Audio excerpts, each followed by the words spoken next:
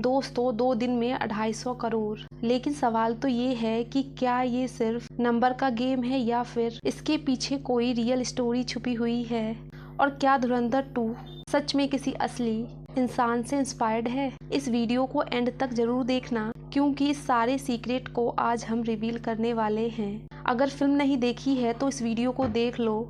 दाऊद इब्राहिम के घर में टंगी ये शेर वाली फोटो पेंटिंग का मतलब क्या है, और क्या सच में जमील जमाली एक हिंदुस्तानी एजेंट है, और क्या उन्हें अपने घर की याद नहीं आई, और सच में जस्सी पे डायलॉग किसने बोला था, और साजिया बानो यामी का कैरेक्टर और उससे पूरा पाकिस्तान क्यों डरता है, इसे आज आप धुरंधर 2 को भी देखकर कभी नहीं देख पाए, और जिसे लगता है ना कि ये कहानी झूठी है, वो जरूर इस वीडियो को एंड तक देख लेना। लेकिन सच में आप सब जानते हैं कि अतीक अहमद, जो सिर्फ कहने के लिए एक पॉलिटिशियन था, कानून बनाता है वो, और कानून तोड़ने के लिए भी सबसे ज्यादा फेमस था, जो आज तक चल रहे हैं पूरे 160 केसेस। जी हाँ, उस वक्त इतना पावर कि उस वक्त चीफ गेस्ट मायावती को गेस्ट हाउस में बुला के उनके कपड़े तक फाड़ दिए थे।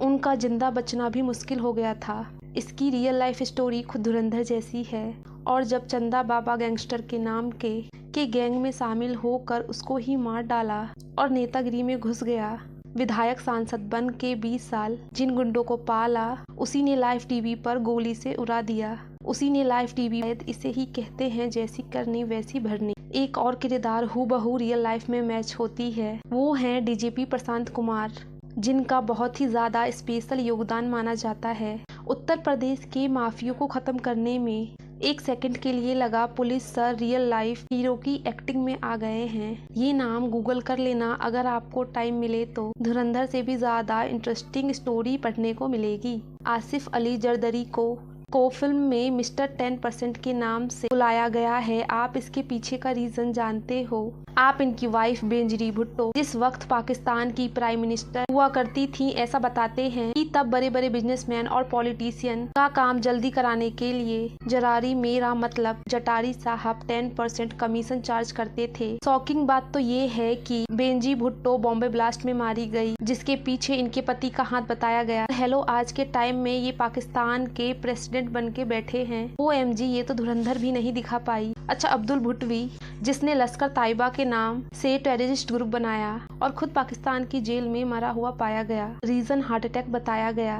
यामी का साजिया बानो का कैरेक्टर इंस्पायर्ड है, उन्हीं की दूसरी फिल्म हक से बेस्ड है, शाह बानो की असली जिंदगी पे, और जो अपने धर्म रिलीजन के खिलाफ कोर्ट में गई थी, और कोर्ट से जो फैसला आया उसके बाद खुद इंडियन गवर्नमेंट ने चेंज कर दिया। इसके पीछे का रीजन आप रीड करोगे तो आपको भरोसा नहीं होगा। वैसे क्या आपको पता है रियल लाइफ में SP चौधरी असलम की डेथ या फिर एक सुसाइड बॉम्बर की वजह से हुई थी, जिसमें किलर और असलम दोनों मारे गए। कार ब्लास्ट में शॉकिंग चीज क्या है आप जानते हो? मौत के बाद उनकी वाइफ ने बताया चौधरी असलम संजय दत्त के बहुत बड़े फैन थे। उनकी फेवरेट सूट लोखंड वाला आउट में इसलिए नोटिस किया SP असलम का सीन्स, एक पीक डिटेलिंग, लेकिन उससे भी ज्यादा इंटरेस्टिंग है चौधरी असलम के जूनियर उमार का कैरेक्टर, जो इस नाम को लीड करता है। ऊपर से कास्टिंग तो देखो, ऐसा लगता है कि खुद आदित्य धर पाकिस्तान में सबको आंखों से देखकर आए हैं। शेरानी वाला कैरेक्टर शेर बलोच से का किंग मेकर इंस्पायर्ड है। मौलाना मोहम्मद खान शेरानी से, जो असलियत में पाकिस्तान से सिर्फ 1 साल पहले 92 ईयर्स की एज में इन्होंने अपनी सेकंड मैरिज की थी। बड़े सिंपल से फंक्शन के साथ किसने नोटिस किया था? एक रियल लाइफ माफिया जिसने पंजाब पुलिस पर एक अटैक को मास्टरमाइंड किया था, जिसकी वजह से इंडियन गवर्नमेंट ने इसको टेररिस्ट भी डिक्लेयर किया था और गन स्पाइल करता था। ये पाकिस्तान में लाहौर के हॉस्पिटल में मरा हुआ मिला था। कराची के अंदर जो रियल लाइफ में हाउस नंबर 13 जो डॉन के घर का एड्रेस बताया जाता है, और गौर से देखो बहुत सारी एक्ट्रेस जो दाऊद के घर में मौजूद थी, और रियल लाइफ में भी उनका नाम पॉपुलर बॉलीवुड एक्ट्रेस के साथ जुड़ा, जो बाद में गायब हो गई। वैसे इस फोटो की रियल लाइफ स्टोरी पता है आपको? जब पूरी दुनिया दाऊद से डरती थी, तब एक फीमेल रिपोर्टर ने अकेले दुबई जाके उनका इंटरव्यू लिया था। काफी लोग दाऊद का ये ओल्ड एज लुक पहचान नहीं पा रहे हैं, जबकि खुद उसकी लेटेस्ट फोटो में हूबहू ऐसे ही दिखते हैं। आप यही सोच रहे हो ना, फिर शेर वाली पेंटिंग का मतलब क्या था? उससे पहले गूदे भर का जोर लगा लो, जो उखाड़ सको वो उखाड़ लो। जहाँ से ये धुरंधर शुरू हुई थी ना, ये सच में शामिल था एक प्लेन हाईजैक में, जिसके बदले वांटेड टेररिस्ट को छोड़ा गया, लेकिन 2022 में अननोन मैन के गन से मारा गया, जिसका सीसीटीवी भी देख सकते हो। एक और करेक्टर याद है आपको? हनानी ब्रदर्स। ये सिर्फ दाऊद नहीं, उसामा बिन लादेन जैसे टेररिस्ट के लिए मनी लॉन्ड्रिंग किया करते थे। और पहले भाई ड्रग के केस में पकड़ा गया और दूसरा भाई बिल्डिंग से गिरकर मर गया।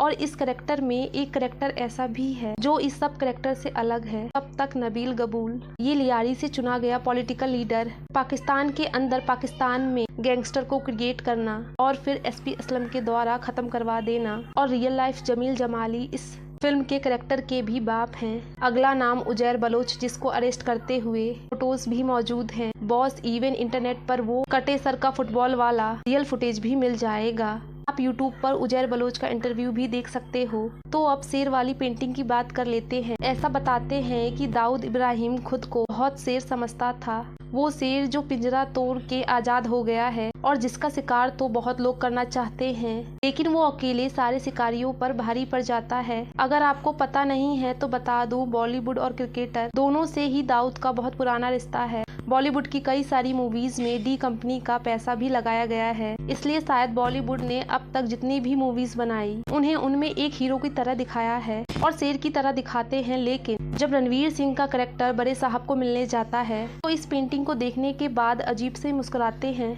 क्योंकि अब से शेर बन के कहानी अपनी नहीं सुना पाएंगे। उसको हीरो दिखाने वाला सिनेमा हमेशा के लिए बंद हो जाएगा। बॉलीवुड के लिए थोड़ी चिंता की बात तो है। जिस इमेज को बनाने में पूरे 25 साल लग गए, उसे तो आदित्य धर ने 3-4 घंटों में तोड़ दिया।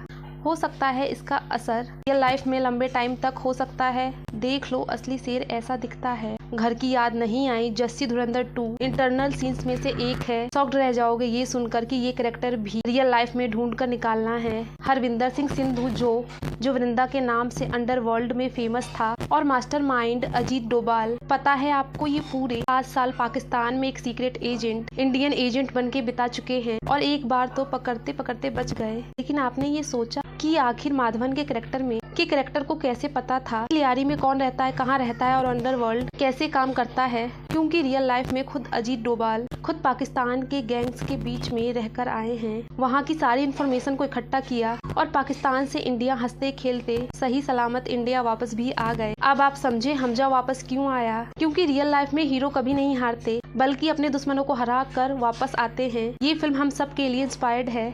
बॉलीवुड से जुड़े अपडेट के लिए वीडियो को लाइक कर लीजिए, चैनल को सब्सक्राइब कर लीजिए। मिलते हैं नेक्स्ट वीडियो में। Take care and bye bye. जय हिंद।